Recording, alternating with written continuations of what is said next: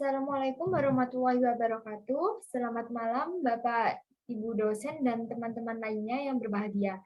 Pertama-tama, marilah kita panjatkan puji dan syukur kepada Allah Subhanahu wa Ta'ala karena telah memberikan rahmat, kesehatan, dan keselamatan sehingga kita dapat berkumpul di ruang Zoom ini. Adapun topik yang akan kami bahas adalah pembelahan sel. Perkenalkan, saya Novi Eka Putri Ayu Febrianti yang akan bertugas sebagai moderator pada hari ini.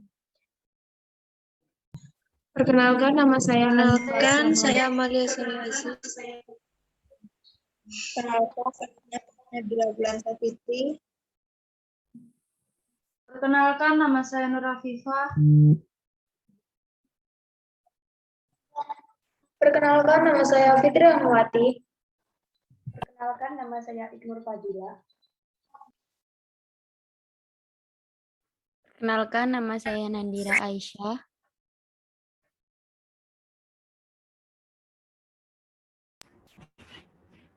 Perkenalkan, nama saya Nurjana Farisa Kurniawati. Perkenalkan, nama saya Amelinda Nur Kartika Rahma. Perkenalkan, nama saya Dini Nurgitasari. Perkenalkan, nama saya Hesti Triwulandari. Perkenalkan, nama saya Novia Fitri.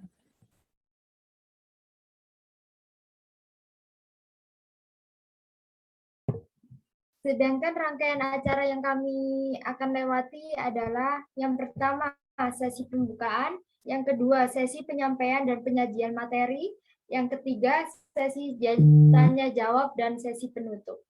Baik teman-teman, langsung saja kita mulai ke sesi yang pertama adalah pembukaan. Marilah kita mengucap basmalah bersama-sama. Bismillahirrahmanirrahim.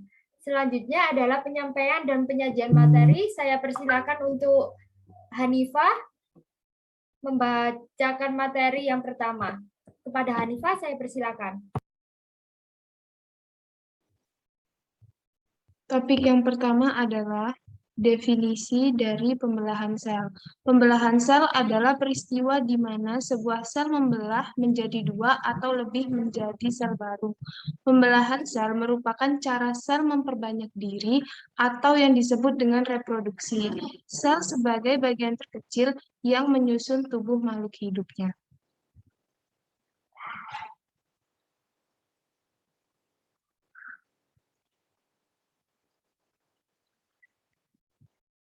Fungsi pembelahan sel. Namun demikian, fungsi pembelahan sel pada makhluk hidup multiseluler dan uniseluler sangat berbeda meski intinya sama, yaitu perbanyakan sel. Pembelahan sel sangat penting bagi kelangsungan hidup semua makhluk. Sel sendiri mengalami pembelahan untuk yang pertama pertumbuhan. Makhluk hidup dapat bertumbuh karena sel-selnya bertambah banyak. Kemudian perbaikan. Ketika tubuh terluka, setelah beberapa waktu bagian tubuh yang luka akan menutup seperti semula. Reproduksi atau perkembangbiakan. Salah satu ciri makhluk hidup adalah berkembang biak untuk melestarikan keturunannya dengan beranak, bertelur.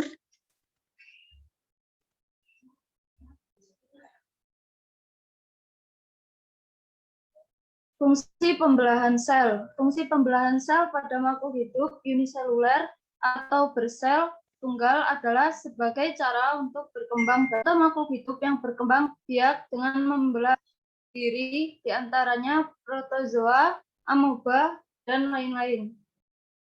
Fungsi pembelahan sel pada makhluk hidup multiseluler atau makhluk hidup bersel banyak adalah sebagai cara memperbanyak sel tubuh, sehingga makhluk hidup yang bersangkutan dapat tumbuh dan berkembang. Sel yang membelah diri disebut sel induk, sedangkan sel hasil pembelahan diri disebut sel anak. Pada dasarnya, proses pembelahan sel terbagi menjadi pembelahan sel secara langsung dan pembelahan sel secara tidak langsung.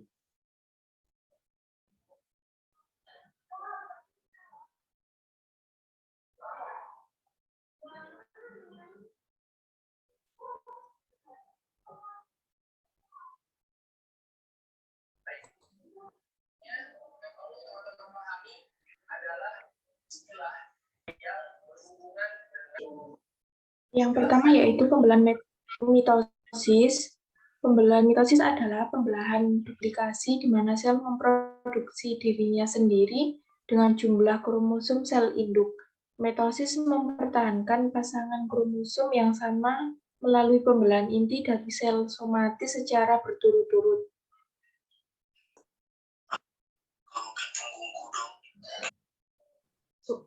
Tahapan-tahapan pembelahan mitosis. Terdapat 4 fase tahapan pembelahan mitosis, di antaranya profase, metafase, anafase, dan telofase. Tetapi sebelum keempat fase ini dimulai, ada yang namanya fase pendahuluan atau interfase. Interfase ini juga sering disebut dengan persiapan pembelahan. Pada interfase terjadi proses persiapan peninjuan energi. Selanjutnya, kita masuk ke tahap awal pembelahan sel, yaitu profase. Pada awal profase, senterosom memiliki replikasi sehingga menghasilkan 2 sentrosom. Kemudian setiap sentrosom akan bergerak ke kutub-kutub inti yang letaknya berlawanan. Di saat yang bersamaan, mikrotubulus mulai terlihat di antara 2 sentrosom. Kemudian mikrotubulus ini akan membentuk seperti gulungan benang yang disebut dengan spindel. Yang kedua ada tahap metafase. Pada tahap ini nukleus dan membran inti sel sudah tidak terlihat. Masing-masing kinetokor pada sentromer dihubungkan ke suatu sentrosom. Kemudian pasangan kromatid bergerak ke bagian tengah inti sel. Yang ketiga ada tahap anafase. Di tahap ini ditandai dengan pemisahan kromatid dari bagian sentromer yang kemudian membentuk kromosom baru. Masing-masing kromosom ditarik oleh benang-benang spindel menuju kutub yang berlawanan. Nah, pada tahap akhir anafase, kromosom hampir sampai ke kutubnya masing-masing. Selain itu, sitokinesis juga mulai terjadi. Yang terakhir ada tahap telofase. Kita sudah masuk ke tahap akhir pembelahan mitosis. Pada tahap ini, kromosom telah sampai di kutubnya masing-masing. Benang-benang spindel mulai menghilang, dan membran inti sel juga mulai terbentuk.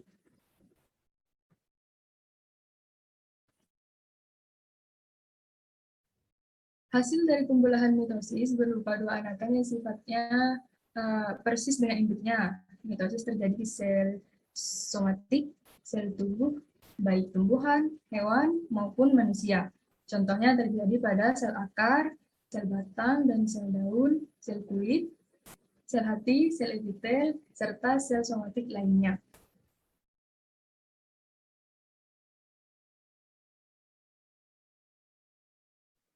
Pembelahan meiosis. Meiosis atau pembelahan reduksi ini merupakan suatu pembelahan sel yang menghasilkan sel anakan dengan jumlah kromosom setengah dari jumlah kromosom sel induk. Dalam reproduksi tentunya membutuhkan pembentukan sel-sel kelamin. Ketika terjadi fertilisasi, sel ovum dan sperma akan melebur dan menghasilkan 46 sperm dalam zigot. Pembelahan tersebut terjadi pada bagian sel makhluk hidup. Contohnya sel sebuk sari, sel bakal biji, sel ovum, dan sel sperma. Pembelahan meiosis tersebut sangat penting bagi suatu organisme yang berkembang biak dengan secara seksual, yakni di dalam proses pembentukan gamet, gametogenesis. Tahap kompleks terjadi 2 kali pembelahan sel, yaitu meiosis 1 dan meiosis 2. Pada prosesnya tidak terjadi fase interfase. Fase 1, membran inti mulai rusak menjadi bagian-bagian kecil fragma dan terbentuk gelondong pembelahan. Kemudian benang-benang kromatin memadat menjadi kromosom dan kromosom homolog berpasangan. Pada metafase 1, kromosom berjejer pada bidang pembelahan. Pada anafase 1, kromosom monolog memisah dan bergerak ke kutub-kutub yang berlawanan. Telofase 1, kromosom homolog memisah dan bergerak ke kutub-kutub yang berlawanan. Kemudian membran inti mulai terbentuk kembali. Dan sitokinesis menyebabkan terbentuknya dua sel anakan yang bersifat haploid. Pada profase 2, membran inti mulai rusak menjadi bagian-bagian kecil fragma dan terbentuk gelombang pembelahan. Kemudian kromatid mulai bergerak ke bidang pembelahan. Pada metafase 2, kromosom berjejer pada bidang pembelahan. Anafase 2, kromatid terpisah dan bergerak ke kutub yang berlawanan. Dan akhirnya pada telofase kedua, nukleus terbentuk kromosom terurai, membentuk kromatin dan sitokinesis terjadi. Fase profase 1. Profase dibedakan menjadi beberapa tahap, yaitu 1. Lipoten kromatin dari inti sel induk nampak seperti benang-benang panjang yang halus dan melingkar. 2. Zigoten, benang-benang kromatin berubah bentuk menjadi batang-batang kromosom. Yang ketiga, paceten, benang kromosom menjadi lebih tebal dan jelas. Paceten merupakan stadia yang sangat penting, yaitu pindah silang atau crossing over. Proses ini akan nampak jelas pada fase berikutnya. Yang keempat, diploten. Fase ini ditandai dengan mulai memisahnya kromatin-kromatin yang semula berpasangan membentuk filamen. Yang kelima, diagnosis, terbentuk benang-benang spindle dari pergerakan dua sentriol atau hasil pembelahan ke arah kutub yang berlawanan. B. Fase metafase 1 pada bidang ekuator. Benang spindle atau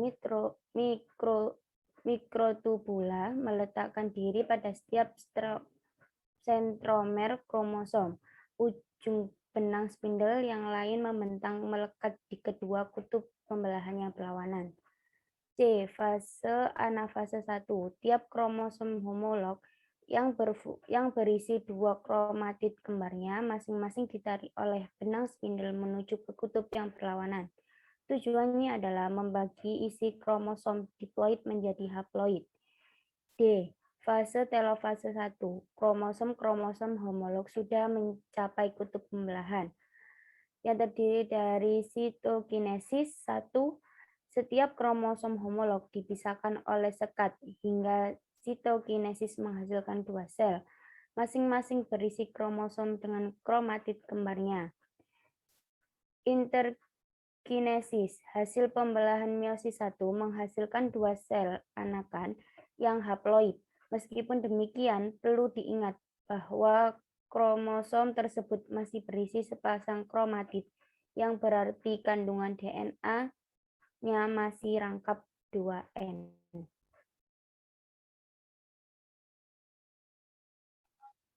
Meiosis 2.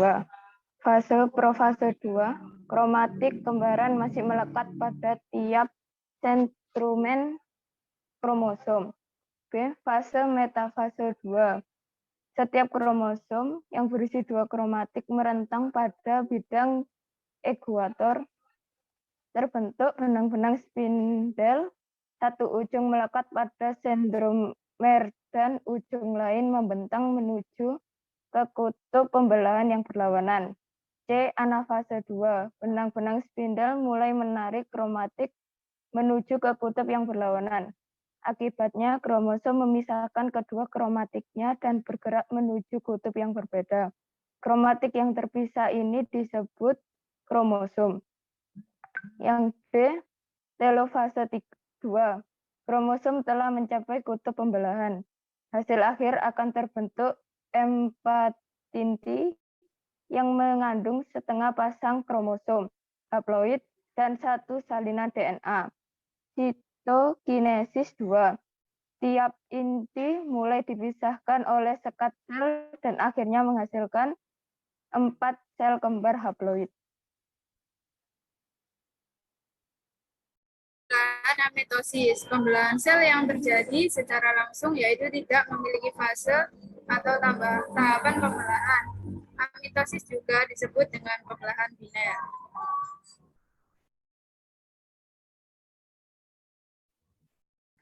Amitosis diawali dengan menempelnya kromosom pada dinding sel.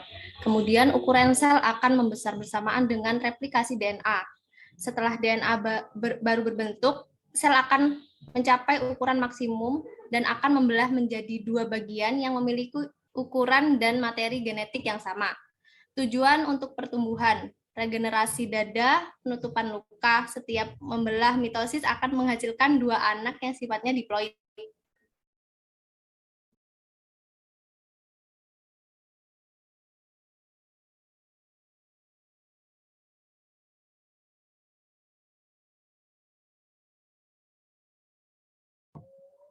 Baik, teman-teman, selanjutnya kita akan memasuki sesi tanya-jawab. Jika ada materi yang kurang jelas atau ada pertanyaan, silakan menanyakan langsung kepada salah satu kelompok kami.